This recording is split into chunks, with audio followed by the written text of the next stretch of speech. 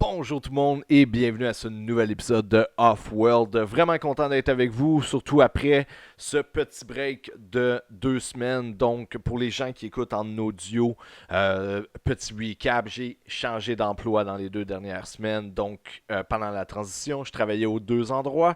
Ça a fait en sorte que j'ai pas eu le temps ni d'enregistrer, ni même vraiment d'écouter les émissions et de les intégrer dans ma routine là, habituelle. Donc, j'ai vraiment hâte d'embarquer dans cet épisode-ci. Ça va être différent un petit peu cette semaine parce que moins de Disney, plusieurs autres streaming services que j'écoute ont release des séries dans les 3 dernières semaines et contrairement à Disney qui fait seulement un épisode à toutes les semaines, les autres services ont encore l'habitude, et j'espère que ça va continuer, de sortir toute la série d'une shot. Euh, fait que, premier sujet de la soirée, ça va être Dragon Prince. Deuxième sujet, je vais embarquer et vous parler d'un show qui est très cher à mon cœur, qui est The Marvelous Miss Maisel, qui est sur Amazon Prime. Et on va terminer avec un recap et mes impressions de épisodes 3, 4 et 5 du Mandalorian sur Disney+. Et on va finir le show avec quelques petites recommandations parce que bien entendu, comme je le dis, j'ai écouté plusieurs shows à droite, à gauche. J'ai binge-watch tout ça dans la dernière semaine. Donc je vais faire quelques recommandations de choses là, que vous pouvez peut-être avoir manqué vous aussi. Donc on embarque là-dedans. Gang, premier sujet de la soirée de Dragon Prince. Dragon Prince, c'est le premier projet d'un tout nouveau studio d'animation qui s'appelle Wonderstorm. Dans le fond, Wonderstorm a été créé par Aaron Ehaus, désolé pour le nom, et Justin Richmond. Justin Richmond, c'est son nom? Exact. Shit, je l'ai eu. Donc, Aaron Ehaz et Justin Richmond, qui sont des anciens collaborateurs sur le show Avatar The Last Airbender pour Nickelodeon. Aaron est un des écrivains principaux de la série Avatar et Justin était un des producteurs. Donc, à la fin d'Avatar, sont partis, ils ont bâti leur propre studio qui est Wonderstorm. Et leur premier projet, c'est The Dragon Prince. Donc, ça fait déjà 3 saisons qu'on suit les aventures de ces personnages-là dans la série. Je ferai pas le recap des deux autres premières saisons. Si ça vous intéresse, allez voir ça sur Netflix. Moi, j'aime beaucoup. Je trouve que la saison 1 particulièrement, c'est vraiment Aaron puis son équipe d'écrivains et le nouveau studio, toute l'équipe d'animateurs. C'était vraiment, comment dire, leur saison d'essai. Tout se mettait tranquillement en place. L'animation était pas tout à fait en pointe. L'écriture était pas tout à fait en pointe. Mais tu voyais où est-ce qu'ils voulaient s'en aller. Saison 2, c'est vraiment tout le studio qui, tu vois, qui commence à trouver l'engrenage, puis ils savent un petit peu plus où est-ce qu'ils s'en vont. L'écriture step up au bout. L'animation commence à trouver là, la formule. Et saison 3, ce que j'ai vraiment aimé, non seulement j'adore où est-ce que les personnages sont rendus dans leur histoire personnelle, où est-ce que l'histoire de ce monde-là est rendue à la fin de la saison, mais surtout, la saison 3, c'est vraiment la saison où est-ce que le studio Wonderstorm, en tant que studio, en tant que groupe d'êtres humains, sont vraiment venus ensemble pour que absolument toutes les pièces du puzzle soient étalées comme il faut sur la table. Ils ont fait quelque chose de vraiment, vraiment bien avec cette saison 3. Euh, j'ai énormément d'affection et de respect et d'admiration pour Avatar The Last Airbender et tout ce que cette équipe-là a réussi à faire avec ce show-là. Et de voir la magie transparaître à travers chacune des émissions de Dragon Prince, c'est vraiment incroyable. chaque émission, chaque joke qui était raconté, chaque petit quirk d'animation ou chaque petit moment de personnage, tu ressentais que l'équipe derrière ça avait eu du fun, tout le monde était d'accord, toutes les, comme je l'ai dit, toutes les pièces du puzzle de la saison 3 de Dragon Prince fitaient parfaitement. J'ai adoré cette saison-là. Du premier épisode, première seconde à la dernière épisode, je l'ai binge-watch, one shot. J'étais pas capable d'arrêter. À chaque fois que l'épisode finissait, fallait que j'embarque tout de suite. C'était instantané. Donc, gang, si jamais vous aimez ce style d'émission-là, Dragon Prince, si vous avez aimé Avatar The Last Airbender, si vous aimez les. On va dire, je vais le mettre en quote unquote parce qu'on va revenir sur cette conversation-là plus tard. Mais si vous aimez les cartoons américains qui s'inspirent d'animés japonais et qui racontent des belles histoires fantastiques, des histoires qui sont un petit peu plus sérieuses que ce qu'on a l'habitude de voir au niveau des cartoons, définitivement, jetez un coup d'œil à ça. C'est sur Netflix. Il est difficile à manquer. Deuxième sujet de la journée, The Marvelous Miss Maisel. C'est un show sur Amazon Prime. Donc, si jamais vous êtes abonné à Amazon d'une façon quelconque, puis que vous ne saviez pas que vous aviez un accès à un abonnement vidéo, allez jeter un petit coup d'œil à ce show-là. C'est un drame. Généralement, je ne le rentrerai pas nécessairement dans une catégorie où j'en parlerai pas nécessairement dans un podcast pour geek. Mais Miss Maisel a quelque chose de particulier. Euh, dans le fond, ça tourne autour de l'univers des comics, donc les stand-up comics, les comédiens. Ça se passe dans les années 50 et 60 à New York, donc déjà en partant, une époque intéressante pour rentrer dans l'univers humoristique. Et on suit les aventures de Mitch Maisel, la dite Miss Maisel. Et c'est un autre show qu'on est dans la troisième saison. Donc ça on est vraiment sur une base régulière. On en est à la troisième année de ce show-là. Et année après année, ce show-là continue de me surprendre, de lancer une curveball à laquelle je ne me serais pas attendu, à laquelle j'ai absolument aucun moyen de me défendre. Euh, Miss Maisel joue encore une fois. Cette équipe créative-là utilise leur talent d'écriture, le talent des caméramans, des DP, des directeurs photo, puis tout ça pour créer un univers où est-ce que chaque frame de ce show-là est une toile en mouvement et saison 3 en fait absolument aucune exception. Je rentrerai pas vraiment dans les détails de la série parce que ça vient tout juste d'apparaître sur Amazon. Euh, je pense que ça fait même pas une semaine. Euh, mais saison 3 excellente. J'ai trouvé le début de la saison, je l'ai trouvé un petit peu, comment dire, peut-être redondant. On dirait que le début de la saison, c'était juste une continuité de la saison 2 si je peux dire ça comme ça. Surtout, c'était directement en lien avec les événements de la saison 2. Donc, les premiers épisodes de la saison 3 ont plus. Ils filent plus comme une conclusion à la saison 2. Pour qu'après ça, dans la deuxième partie, là, on rentre vraiment dans le cœur de la saison 3. Et c'est vraiment là que j'ai trouvé que le show pick up son beat beaucoup plus rapidement. Et les événements s'enchaînent et s'enchaînent. Et euh, chaque personnage a sa propre histoire qui build up et puis qui build up et qui build up.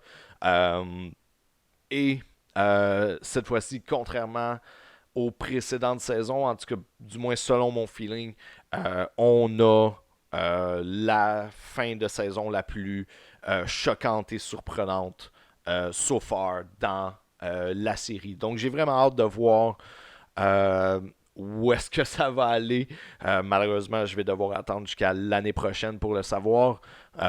Mais faites-vous plaisir. Si vous voulez écouter une émission qui va vous faire euh, rire et imaginer, c'est un mélange entre un show dramatique écrit pour HBO et une comédie musicale mise en place par Disney Channel. Il n'y a pas de chanson ou de musique ou rien, mais juste la mise en scène a de l'air constamment d'un vidéoclip où est-ce que comme background à un drame absolument génial sur la vie d'une femme comédienne dans les années 50 et 60. Donc, faites-vous plaisir, gang. Allez jeter un petit coup d'œil à ça. Et moi, pendant ce temps-là, je vais embarquer sur épisode 3, 4 et 5 de Mandalorian. So, Mandalorian. Ok, fait que si vous avez écouté les derniers épisodes de Off-World, vous le savez à quel point je suis excité pour ce show-là. Je pense que The Mandalorian euh, va être, du moins devrait être, la pierre fondatrice de toute cette plateforme-là. Ça devrait être ce sur quoi, comme si à la tête de Disney, The Mandalorian devrait être le trailer en quelque sorte pour tout ce qui est à venir avec ce que Marvel va faire, ce que Star Wars va faire, ce que n'importe qui, tout ce que Disney va vouloir sortir sur Disney Plus directement va être comparé à Mandalorian. Donc Mandalorian se doit d'être cette mascotte-là qui va être la, comme je l'ai dit, la pierre fondatrice de Disney Plus. Épisode 1, 2, 3, je crois sincèrement qu'ils ont accompli ça. Épisode 1, très belle mise en scène, comme on l'avait dit, simple, quelques petits défauts. Épisode 2, on trouve vraiment le groove. Bon, épisode 3, ça fait déjà un petit moment. J'ai pas eu la chance de vous en parler. Épisode 3, je l'ai adoré. J'ai aimé le world building que ça l'a fait. On en apprend un petit peu plus sur les lois et l'ordre, en quelque sorte, de la guilde. On en apprend plus sur les Mandalorians. Ouais, c'est ça, les Mandalorians, excusez-moi. Yo-Yo, Baby Yoda continue d'être un mystère qui nous élude. Donc, épisode 3, épisode 1, 2, 3, je trouve personnellement qu'ils font une excellente entrée en matière. C'est une superbe introduction. On ferait une bonne moitié de film, je dirais, avant de se diriger vers la suite. Épisode 4, je l'ai aimé-ish. J'ai aimé les personnages.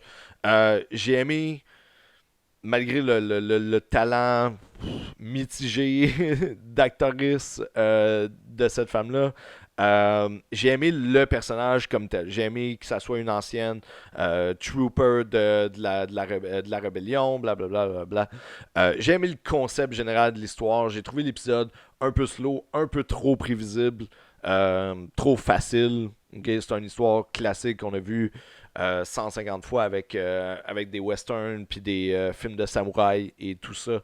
Euh, donc j'ai juste trouvé que c'était comme comment dire un épisode cheap, mais en même temps, je me dis ok cool, ils nous ont donné une bonne introduction. Là c'est un entre parenthèses filler épisode.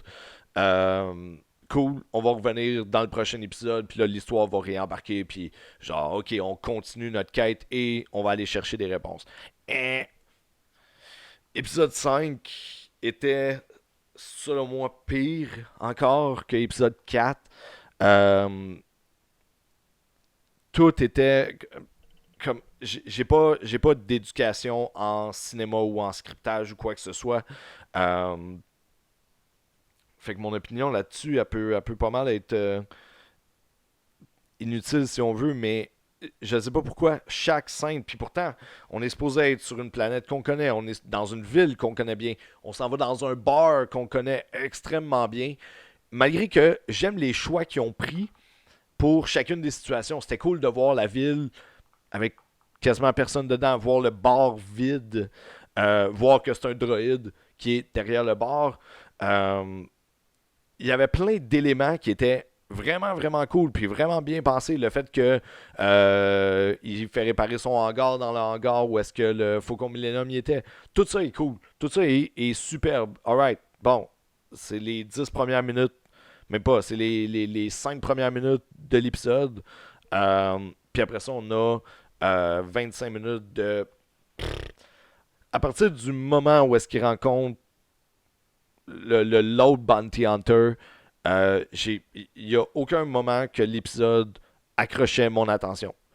C'était super facile à toutes les 30 secondes d'aller regarder mon téléphone. Il n'y a rien eu dans cet épisode-là qui a attiré mon attention whatsoever. Il n'y a rien qui m'a marqué. J'ai réouvert les yeux au moment où est-ce que Mendo il tuait le Bounty Hunter. Puis j'étais comme, bon, ben good. Man, ça aurait dû être fait il y a 20 minutes. Tout ça. Là. Je veux dire, le personnage, il était pas crédible. Euh, Au début, j'étais comme. Le pire, c'est qu'au début, première. Comme quand on le rencontre, puis il est assis. Ou est-ce que Han il est assis dans la même position, les pieds sur la table, puis tout. J'étais comme, ok, c'est un wannabe. Il va être cette espèce de gars-là qui va coller aux bases de Mendo tout le long, puis tout. Puis après ça, quand il s'est mis à dire ah ouais, j'ai cette bounty-là, blablabla, j'ai fait comme ah ok, non, non, non. Fait que vraiment été déçu par l'épisode 5.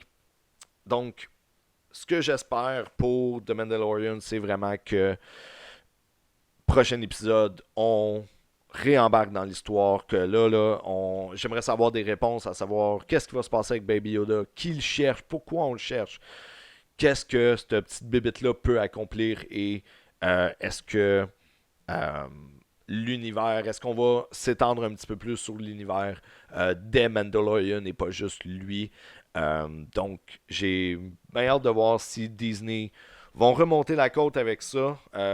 S'ils nous font 2 filler épisodes puis qui sont plus ou moins bons, alright, fine. Mais j'espère que les prochains épisodes, surtout que il reste juste 5 épisodes, j'espère qu'ils en perdront pas d'autres à nous sortir des one-shots. Donc, Mandalorian, on se croise les doigts. Remontez la côte, s'il vous plaît. On croit en vous. On croit en vous. Pour conclure l'épisode, comme je l'ai dit, ces temps-ci, c'est un petit peu la furie sur les sites de streaming. Dragon Prince saison 3 est disponible sur Netflix. Marvelous Miss Maisel est disponible sur Amazon Prime.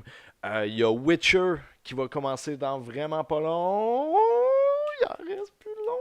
Il reste journée du recording. Il reste 10 jours avant Dragon Prince. Pas Dragon Prince, excusez-moi, The Witcher sur Netflix.